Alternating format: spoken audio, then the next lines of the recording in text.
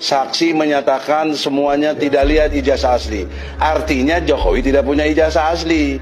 Beta tidak pernah melihat otaknya Egy Sujana. Artinya Egy Sujana tidak punya otak. Beta tidak pernah melihat otaknya Rismond Sianipar. Artinya Rismond Sianipar tidak punya otak. Keaslian ijazah presidennya saja tidak bisa diverifikasi secara terbuka.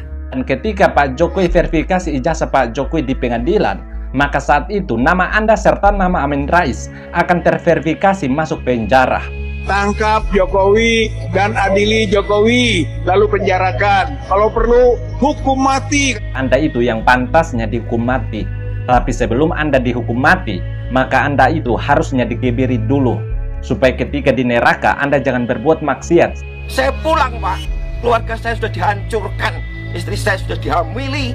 Siapa yang menghamili istrinya Bambang Tri?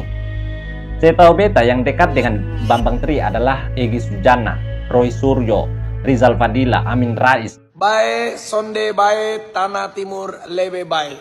Saksi menyatakan semuanya tidak lihat ijazah asli. Artinya Jokowi tidak punya ijazah asli. Menurut beta, logika yang disampaikan oleh Egy Sujana barusan adalah logika paling dan sangat ngawur. Kenapa beta bilang begitu? Karena kalau mau pakai logika seperti itu, maka beta juga bisa pakai. Bahkan beta bisa balik. Contoh, beta tidak pernah melihat otaknya Egy Sujana. Artinya Egy Sujana tidak punya otak. Beta tidak pernah melihat otaknya Rismond Sianipar. Artinya Rismond Sianipar tidak punya otak. Beta tidak pernah melihat otaknya Amin Rais, otaknya Roy Suryo, otaknya Tifa Tifu, dan otaknya para buzzer penikmat hoax ijazah palsu. Beta tidak pernah melihat dorang punya otak. Artinya dorang semua tidak punya otak. Jadi kalau Egy Sujana merasa punya otak, Rismond Sianipar merasa punya otak, Amin Rais merasa punya otak, Roy Suryo merasa punya otak, Tifa Tifu merasa punya otak, dan para buzzer penikmat hoax ijazah palsu merasa punya otak, maka coba ambil kapak terus bacok kepala kalian masing-masing dan tunjukkan otak kalian.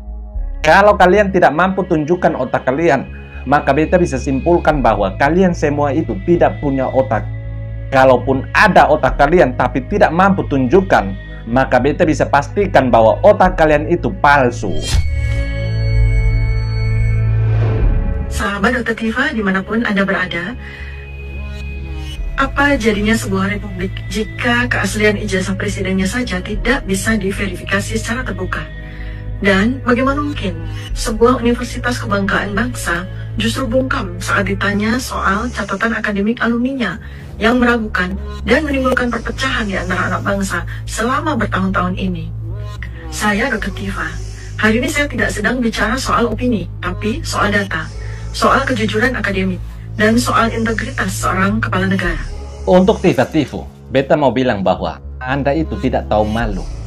Tidak tahu malu karena dengan percaya diri Anda mengatakan bahwa Anda bergelar doktor. Lalu sejak kapan Anda punya gelar doktor? Lulus dari mana sehingga Anda punya gelar doktor? Anda pernah keluar-keluar bilang lulusan STF Dirya Karya. Sedangkan pihak STF Dirya Karya sudah klarifikasi bahwa Anda tidak pernah mendapatkan gelar doktor dari STF Dirya Karya. Lalu Anda bawa-bawa gelar doktor itu dapat dari mana? Dari Amin Rais atau dari mana? Lucunya lagi Anda teriak-teriak bilang menimbulkan perpecahan antar anak bangsa. Padahal Anda selaku dokter gadungan yang buat perpecahan dengan cara memfitnah Pak Jokowi. Lalu bagaimana tukang tipu seperti Anda malah menuduh orang lain yang buat perpecahan? Dan kalau Anda ingin agar ijazah Pak Jokowi diverifikasi secara terbuka, maka beta sarankan mulai saat ini Anda harus belajar tinggal dengan Amin Rais. Kenapa harus tinggal dengan Amin Rais? Karena sebentar lagi Pak Jokowi akan verifikasi ijazah beliau di pengadilan.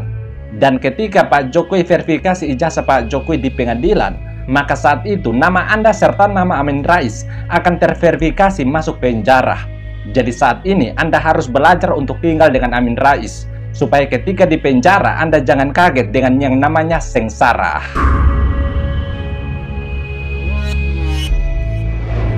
Ijazah palsu 11.000 triliun % palsu, baik skripsi maupun ijazah Joko Widodo ya. Nanti video ke depan saya simpulkan semua teman-teman saya sehingga nanti terstruktur ya apa yang nanti yang kita konfirmasi, validasi dan minta keterbukaan informasi publik pada UGM. Karena UGM itu bukan milik Bu Rektor Ova Emilia, itu milik rakyat. Dari Sabang sampai Merauke, pajak kita bayar untuk gaji-gaji para dosen, tunjangannya, fasilitas, ya, bahkan tukinnya juga dari APBN, tukinnya para dosen, ya, biaya operasi UGM juga dari APBN, pajak seluruh rakyat. Ya, jangan sampai UGM ini menjadi alat politik, alat kekuasaan. Ya, nanti kita tunjukkan ya betapa ETD UGM ini nggak bisa kita andalkan. Untuk saudara semua, terkhususnya yang dari Sumatera Utara, beta mau tanya, kira-kira saudara malu tidak ketika ada seorang putra asli Sumatera Utara bernama Dr. Rismond melakukan penelitian terhadap ijazah?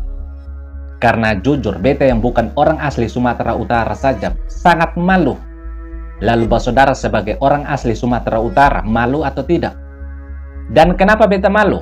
Karena di negara-negara lain, para ilmuwan, baik itu yang bergelar doktor hingga profesor, sedang berlomba-lomba untuk melakukan penelitian terhadap bulan, melakukan penelitian terhadap planet, dan melakukan penelitian terhadap berbagai hal yang luar biasa. Lalu masa para doktor dan profesor di Indonesia melakukan penelitian terhadap ijazah? Lucunya lagi, penelitian yang dilakukan oleh Dr. Rismond terhadap ijazah didukung oleh Dr. Egy Sujana, didukung oleh Dr. Tifa, didukung oleh pakar teknologi Roy Suryo, hingga didukung oleh Profesor Amin Rais. Lalu bagaimana negara ini mau maju kalau para doktor dan profesor model begitu? Dan khusus untuk Dr. Rismond, beta pemuda dari NTT, beta tantang Anda coba lakukan penelitian terhadap gelar doktor yang dimiliki oleh Nenek Tifa. Karena menurut beta, seseorang yang memiliki gelar doktor palsu itu bisa menyesatkan masyarakat. Jadi kalau Anda benar-benar peduli terhadap bangsa dan negara ini, maka coba lakukan penelitian terhadap gelar doktor yang dimiliki oleh Nenek Tifa. Bisa tidak? Kalau tidak bisa, maka beta bisa bilang bahwa Anda itu cuma seorang pengecut yang sedang cari sensasi. Ya tentu kita akan menagih langsung kepada Jokowi, mana asli yang selalu digembor-gemborkannya itu dan nggak pernah keluar-keluar itu. Artinya kalau dua ini kita telah dapatkan, maka kesimpulannya sudah jelas bahwa tangkap Jokowi dan adili Jokowi, lalu penjarakan. Kalau perlu hukum mati karena dosanya sudah sangat besar sekali terhadap bangsa, rakyat, negara Indonesia. Untuk kakek Rizal Fadila yang masa aktif di muka bumi hampir selesai, beta mau sampaikan pada Anda bahwa tolong jaga kesehatan Anda, supaya ketika Pak Jokowi seret Anda ke penjara, maka Anda jangan pura-pura stroke ringan. Karena kalau mau diperhatikan, dosa Anda terhadap bangsa dan negara ini sangat besar. Apalagi Anda sudah memfitnah, sedangkan memfitnah lebih kejam daripada membunuh, maka Anda itu yang pantasnya dihukum mati. Tapi sebelum Anda dihukum mati, maka Anda itu harusnya dikebiri dulu, supaya ketika di neraka Anda jangan berbuat maksiat seperti yang Anda lakukan terhadap istrinya Bambang Tri.